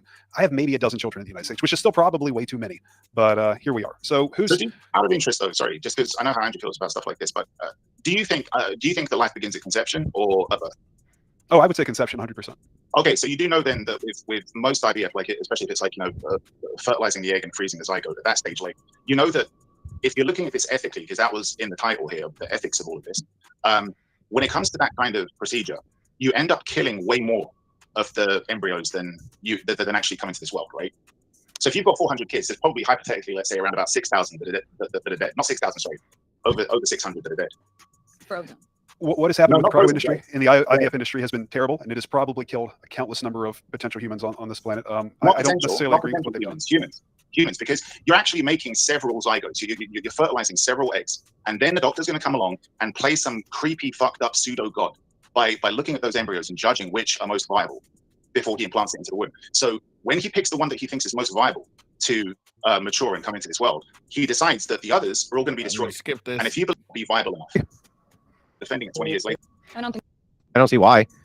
Like, I don't actually understand the For a very long time, we parted on bad ways. I don't see why. Like, I don't actually understand the there's no Practice. I don't think he really is. I have not been a friend to the IVF industry for a very long time. We parted on bad ways. Yeah, I don't see why. Like, I don't actually understand the there's no contradiction here, right? So yeah, the life begins at conception. Yeah, they're all dying, blah blah blah. But your fucking plan does the exact same thing. Like your plan is like, let's just have unfettered, merciless destruction of human life at the woman's whim, so that men have no more fiscal responsibility towards their own children. That, like, how is your plan not equally monstrous to that? I don't get it. I think the children should have access to the father, and I've always said this. Yeah, that's nice, man. But again, his idea of access to the father is it's just a sperm donor. It's the person that just was the genetic material required to create them. Okay, that doesn't make you a father. Just because you created something doesn't actually make you a father. All right, being a father takes more than just providing the genetic material. Same with the mother. Okay, being a mother isn't just you gave birth to them. All right, there's other other aspects that are required to actually be a father. Okay. And this guy doesn't understand. This guy's not an actual father. He has nothing, there's no idea what he's taught. He doesn't have that, understanding of what it means to be a father. All this guy is just a sperm donor. All right. He's just a person that provides genetic material to create life, but he's not a father. And he's like, oh, well, they should have access to the father. Okay. Like in this what he's talking about when it comes to like the sperm donation shit, what does it matter? Like if you have access to the person that provided the genetic material, okay, that doesn't make any sense. Like I like this guy has a really messed up idea of what being a father is, and he has no idea, which is very clear to in this entire debate that he has no idea what it means to be a father. But I mean, ultimately, what the plan that you are rolling out is going to drastically reduce the amount of children who will ever need a father because they're going to kill them, bro. Or they will never be born. Yeah, because they're going to kill them. That's how you don't get born. What they do is they kill them. That's why they're not born. That's how that works. They kill them. You said life begins at conception. I'm sorry, if you take away something which is alive, what have you done to it? I think we've had over-the-counter birth control for 12 months now in the U.S. That's a new thing, right? We can all agree on this. Over-the-counter, no prescription birth control. Yeah, and we all agree that that's also murder. Yeah, it's bad. It stops conception. It stops pregnancy. The people who don't want to have the children that are going to mistreat them, they're not. Sorry, I misspoke. I thought you were talking about the whole Plan B thing. Yeah. No. But here's the thing. What in the world does that do again to fix this actual? Because your cope here for this wild and zany plan of yours is that it's going to incentivize women to get married. That is the circle that you have not given us yet. You have not demonstrated how this is going to incentivize women to get married. If now they can just have all of the kind of their cake and eat it too, abort their kids and still get married in their 30s. Why exactly does this solve this problem, or even help or assist with it? I don't actually understand that. We're going to have to see that cultural shift over the next decade where the women are told, hey, these guys aren't going to marry you in your 30s. Your chances now before age 25. Yeah, but how does your plan address that? We're going to have a cultural shift in this country. Yeah, how does your plan address that? We're going to stop supporting fatherless behavior. We're not going to sponsor it anymore. Yeah, but okay, I understand. But his behavior is fatherless behavior. What is he talking? He just goes and pumps into some broad and then says bye-bye. What? Like, Like, what is he talking about? He's like, we're not going to support fatherless behavior. What you're doing is fatherless behavior. You know, checking your kid every every once a year and shit like that. It's not fatherhood. What is he talking about? And that you're not going to give women any more money from the state if they have a child out of wedlock. Totally understand that, and the man has no responsibility. I get it, right? But I still don't understand, even if we do that, how, by your own logic, you said the entailment of this is going to increase abortion. Why can't they just have abortions and then still get married in their 30s like they're fucking doing right now? Men are going to have to stop marrying those women. Yeah, but how does your plan address that? Maybe we can come up with a financial incentive to convince men not to marry women over age 30. Do you know what would be the best? So hang on. No, nobody talk. This is a total cop-out. Can you please tell me how your plan addresses that, sir? I understand that, oh, we could do this, we could do that. How does your plan address this actual problem? How? So how do we prevent women from getting married in their 30s, and how do we disencourage men from marrying women in their 30s? You give people massive incentives to get married when they're young. That's how you do that. And that's what other countries have done, which have had success, like Hungary and many others. They've given massive tax exemptions to married families have more than 3 children. They give huge bonuses to people who serve in the military with families. They do all sorts of things to increase. You use positive reinforcement in order to have younger and younger people get married. Another thing is you could reduce the amount of women in the workforce, and that would increase men's wages. That would be extremely helpful. All those things could be helpful to this problem. But how does your fucking plan address any of that? That's my question for the 400th time. You can just say, Andrew, it doesn't, so I can stop asking it. No, Andrew, I'm pretty sure if we quit paying women to act the way they've been acting for the past 20 years, they will change their behavior. I'm 100% sure on this. Why won't they just have the abortions and still get married in their 30s like they do right now? I don't understand that. Because we're paying women in their 20s to have children to multiple men. Okay, just so you understand, that is not the rule. That is not the rule. Most of these fucking people who get married do not already have children with other men. Okay, they can still get all the abortions that they want, thus have no children with no men, thus still get married at 30. I don't understand how your plan reduces that problem. I honestly don't have a follow-up. Okay. I don't know how to explain There you this. go. All right, well, I'll leave the debate. There we go. Like all Andrew's asking is like, how does your plan? How does your plan incentivize women to get married young and not get married in their 30s? Like, how does your plan do it? He's got nothing. All his plan is just let's let women fuck as much as they want. They can get as much abortions as they want, and then when they're 30, they can get married. That's the basis of this guy's plan. And he's like, well, you need to prevent women from getting married in their 30s. Well, okay, how does your plan address that? Like, this is someone who hasn't really thought any of his ideas through. He just said some wild shit, got a little, got some internet, fame. He's like, who's that guy? The single mom guy who did that song. He did like some cool video or cool song, got some virality out of it, and he hasn't really thought through his ideas. The same guy with this guy here. He hasn't really thought through his ideas at all. It's just, he just says shit. Like if you actually thought through, like, how would my plan incentivize women from not getting married in their 30s and having kids young? And he's like, well, we're taking the financial incentive away from women having kids early on. Yeah, that doesn't make any sense, really. Honestly, it doesn't, like women aren't like it just doesn't make sense. I really truly don't understand his point. Like, and Andrew's point is very simple. It's like these women. Okay, women are already getting married in their 30s now. Women are getting married, 32, average 32. All right, they're already doing it now. He provided the stats. He's like, the age is like 31, 32, whatever it is. Okay, so that's the age that women are mostly getting married, and it's also obvious this guy haven't really thought through his ideas because he didn't know that stat. Okay, so women on average getting married at 31, 32, whatever. Okay, his plan is, we're going to eliminate the male responsibility for paying for the kids, and we're going to have unfettered access to abortion. Okay? That's his plan. Okay? And then asked, what incentive do women have to get married young? He's got nothing. There's nothing he has that'll there's nothing in his plan that would incentivize women from getting married early and having kids. Nothing. Okay. There's nothing in his plan that would prevent women from just fucking everyone they want, getting an abortion, and then getting married in the 30s like they're already doing.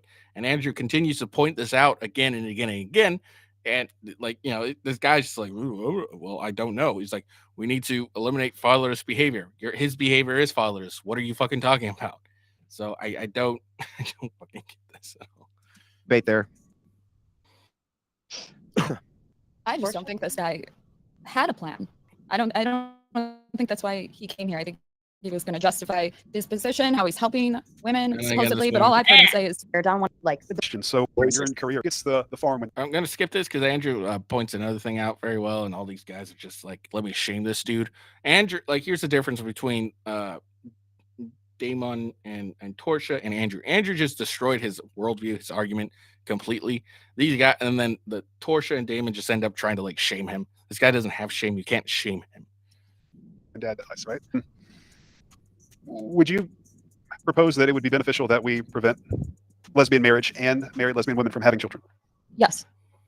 Do you think that would benefit the child or the women? I don't. What do you mean? If I don't think they should, that didn't make sense. Correct. So you agree that we shouldn't be allowing lesbian women to have children? Yeah. Because it is detrimental to the women or the child? The child. Because children need they need society. to have a father, dude. Yeah. That's why they need to have a father. A father is not just a phone call and happy birthday. That's not what a father does. A father's entire job is to guide a family, to guide mothers, to guide sisters, to guide brothers, to guide an entire. They're the head of the family. Now, you wouldn't know this because you're a feminist, right? But under the purview of patriarchy, men lead the family unit. It's not this idea that like you can just interchange a man with a woman and get the same results. Fucking insane. Okay. So I agree with that. So first, we need to shut down the cryo industry, because there is no circumstance under which the cryo industry, the child can meet the father. So that's enemy number one. We need to shut that down. Again, when he's what the fundamental difference between this guy and everyone is, his idea of father is the genetic provider, the person who provided the genetic material. That's all he is. That's what he thinks when he thinks father. Okay. Which I mean, I guess in the small technical sense, he's correct. I guess if we're just going to limit the definition of father to person who provided the genetic material, but being a father is a lot more than that. And Andrew pointed out, it's more than calling once a year, twice a year, saying, "Hey, how you doing? Here's some fucking money." That's more. There's more to it to be a father. But all this guy is thinking is the genetic material provider. That's all he thinks of.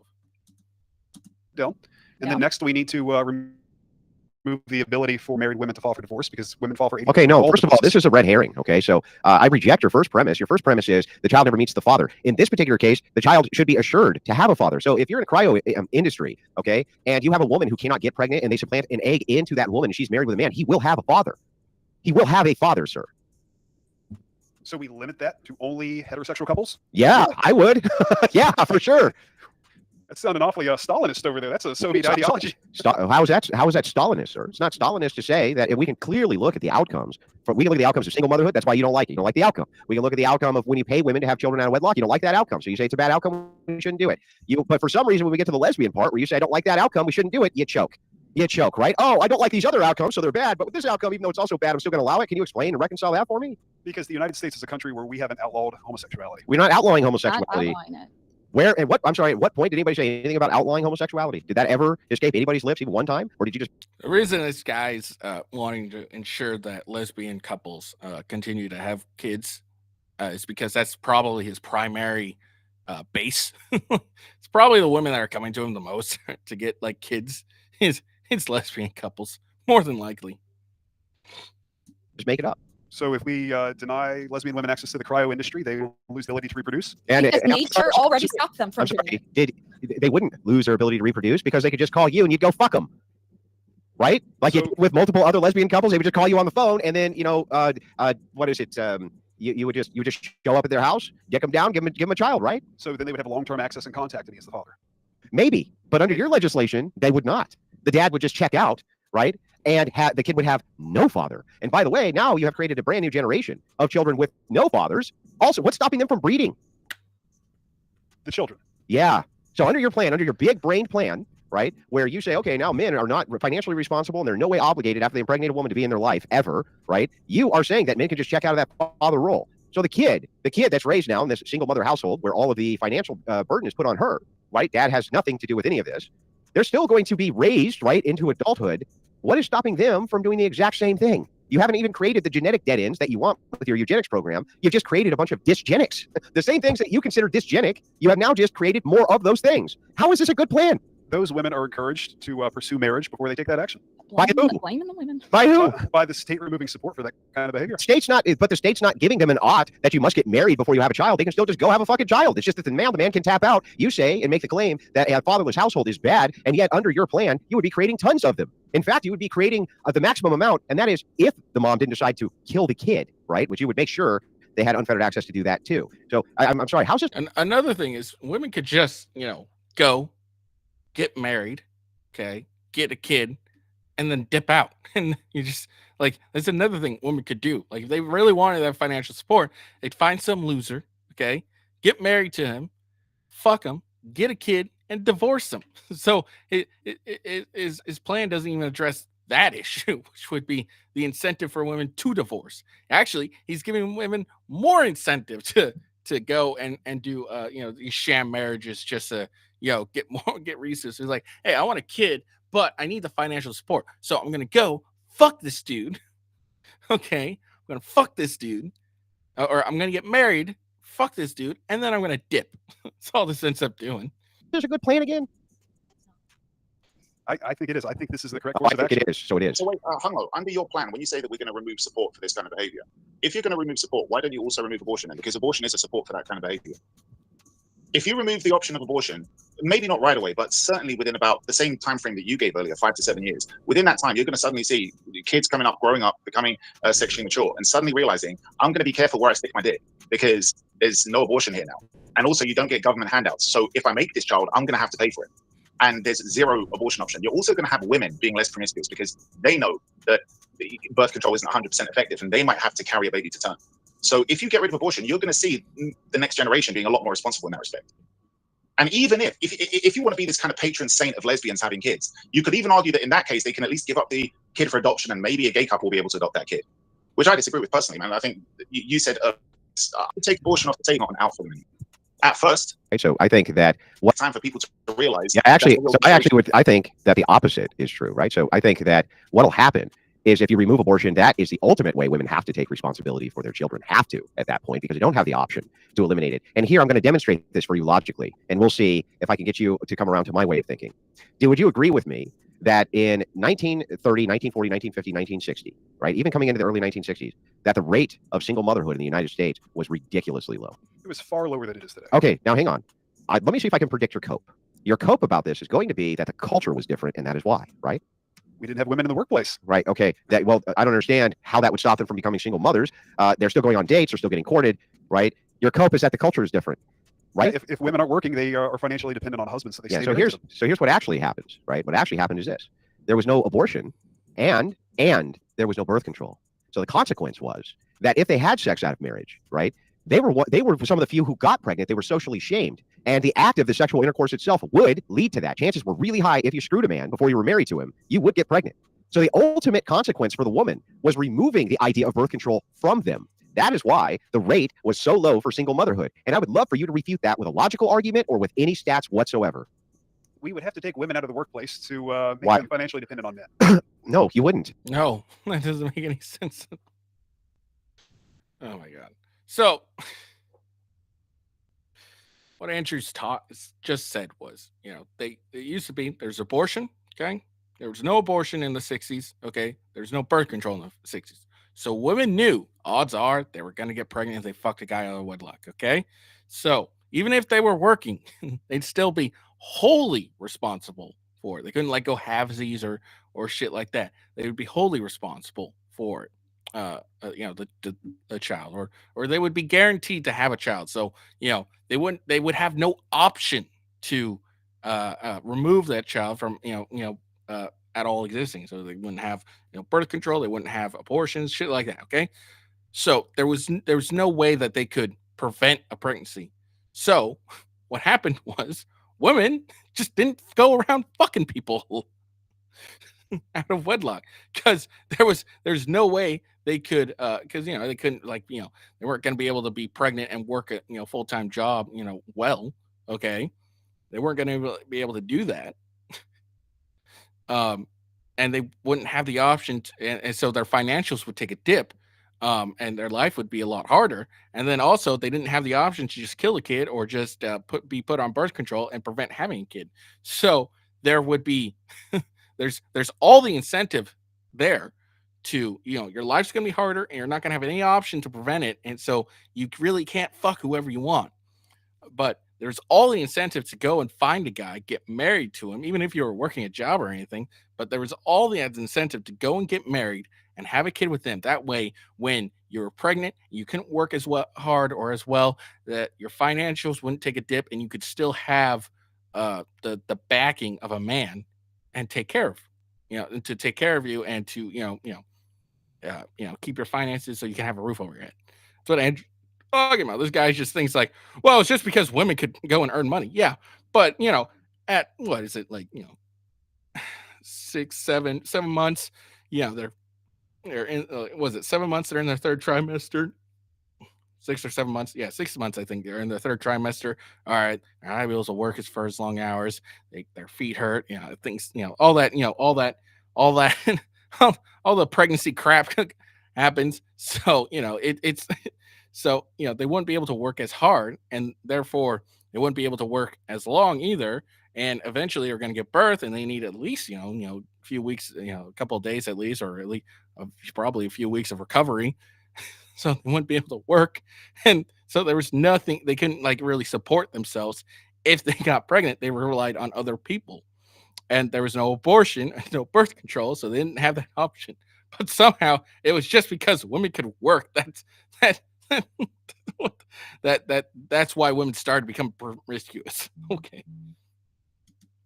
Why would that have anything to do with the fact that if you did the same exact thing right now and outlawed all birth control and all abortions, wouldn't that mean that women then would have the ultimate responsibility? Because almost every time they had sex, then they would get pregnant, right? The possibility was really high for that. Wouldn't that necessarily facilitate a massive decrease in promiscuity, like we saw in the 30s, 40s, and 50s? You would think so, but yeah, you would think so because it did. You would think so because it did. And so your plan does the opposite. Your plan does this. Your plan, not only does it allow them to have that ultimate way out, but it also guarantees that men can check out, have no father in the home, and these new, what you consider dysgenic individuals. Why is it under your plan these women can't just continue to sleep with men, get pregnant, have the kids, and then the dad just isn't involved in their life? That could totally happen under your plan, right? So no birth control. The woman still has a job. She can sleep with as many men as she wants and have all these multiple children, all these multiple different men. Yeah, but do you think that a woman, right? Because they can do that right now. They can do it right this second. If there was a guarantor that the chances of the act of sex would lead to the act of reproduction, wouldn't you see the promiscuity rate decrease necessarily, just like you saw when they did not have access to these things? And that is why, because it was almost a guarantee that there would be a baby as a result of the sex, or at least a really high degree of chance that there would be, whereas that is not present now. Now, abortion is used for interest as almost a form of birth control, which it was never designed to be, right? So as we look at this, right, can you address 2 points for me so we don't get too long-winded on too many diatribes? I don't want to like shotgun you with points. Can you just address two and address them in good faith? One, here's my first question. Isn't it true under your plan, there's actually nothing stopping from women from fucking men and just having the baby and just taking care of the baby absent the man because the man just checks out? Is there anything actually stopping that from happening? That would happen, and it happens today. Yeah, okay.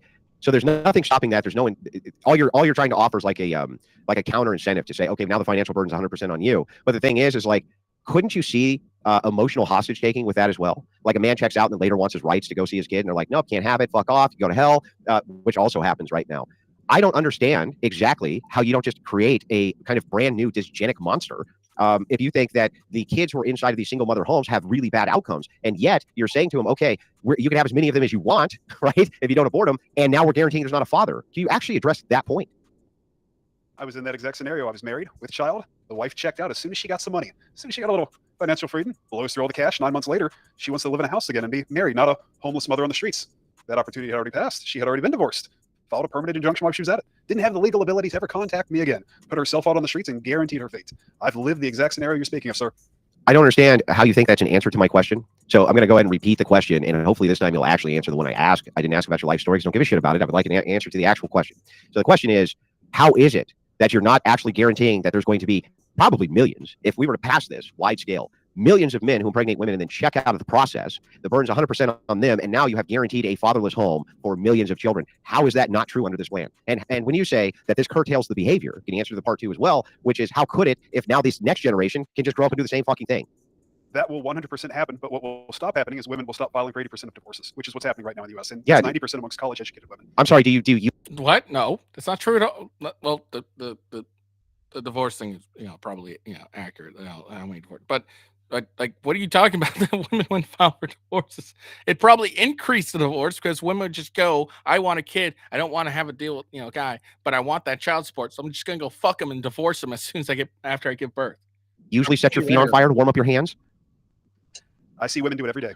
Yeah, I know, but your plan here is setting your feet on fire to warm up your hands. You're saying, oh, this will curtail one problem by exacerbating another one to an extreme position. You can fix marriage laws by just having at-fault divorce and a cool-off period before you get married. That will literally fix most of these problems inside of marriage. So the thing is like you can read the great work of James Sexton, for instance, divorce attorney out of New York, very well celebrated author. I know him very well. He's gone into this in great detail for how to fix divorce laws. Had nothing to do with increasing abortion and creating single father or single mother homes where the dads aren't present, because that's insane, right? That's insane. Why would you do that?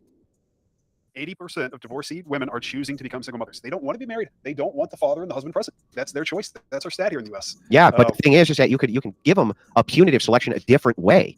I don't understand why you would find it to be necessary. I agree with you that there's lots of women who go, look, I want to get a divorce and I'm willing to, 20 years into the marriage, be a single mom. I understand you're trying to address that problem, but I don't see how creating a new generation of fatherless children addresses that. It's like saying, I want to solve this fire by burning everything down. It makes no sense, right? It's like, this house could really set fire, so we better burn it down. It's just, what are you talking about? Sir, my wife had a financial incentive to file for divorce. That incentive needs to be taken away. You can take that away. How does this take that away? We're going to take away the financial incentives that women are receiving to file for divorce. I'm sorry. No, that's not what you said your bill said. You said that your bill says men can walk away from the responsibility of fatherhood, right? No child support outside of marriage. So that would be only within marriage. Only within marriage. And again, I just made this point not too long ago. So a woman could go marry some loser, fuck him, and then divorce him once she gives birth, like Brittany Renner. Like what the fuck is he talking about? Like, what incentive is it to prevent women from getting married? To get a kid, fuck the dude, get a kid, and then divorce him. What's that incentive? What's preventing that from happening? Because that's all that's going to end up happening. I'm sorry. So then, if your wife had gotten a divorce with you, she still would have gotten child support under your own plan? Correct. So your big brain plan to solve the problem of the very situation you were in is to guarantee that if any other man was in the exact same situation, they'd have the exact same outcome of having to pay child support just like you did. Boy, you really thought this one through, didn't you? But if he wasn't married, the women would not be encouraged to have children with men they weren't married to. So that's kind of the idea, which was kind of the other end of my situation. We've already gone through all of that, and it makes no sense. And I've defeated every single one of these points. I mean, catastrophically crippled these points. But on top of this, kind of the nice cherry on the cake of this kind of baked in ridiculous ice cream, this Baskin Robbins of horrific ideas, is that the very plan which you want to produce would not have saved you from the very situation you're seething about. And that, for me, sir, is my victory lap of the day. And I'm going to end the debate there. All right, that's it. That's all. Yeah, it doesn't fucking make sense. I kept pointing that out. Is like all that would happen is just women just go and marry dudes to get a kid and then divorce them after they get the kid. Like, what is he fucking talking about? He makes no sense. He didn't actually think through his shit. He just probably said some wild shit, got a little popular from it, and he kept on doing it. That's all that really happened. Doesn't make any sense. Oh man, that guy was fucking dumb. All right, Andrew just completely destroyed him. All right, hope you guys enjoyed the video. Make sure you like and subscribe. What the fuck was that?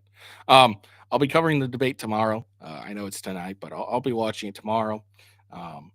So, I'm sure you'll probably watch it tonight. I know Fresh and Fit are covering it. I'll probably watch it with them. Or if Andrew Wilson said he was going to go down to Florida to cover it live with him, I don't know if he's still going to do that. Because if the Crucible watches it, then maybe I'll watch Andrew Wilson talk about it instead, because he's a lot better when it comes to the debate stuff, but we'll see. But yeah, so this is really like an important debate. If Trump ends up completely and utterly wrecking Kamala, then it could end up skewing the polls in his favor. Who knows? Who knows? But we'll see what happens. I hope you guys enjoyed. Again, I hope you guys enjoyed the video. Make sure you like and subscribe, and give me a follow. Hope you have a good day, and I will see you tomorrow when I do the show. Peace out. See you later, y'all.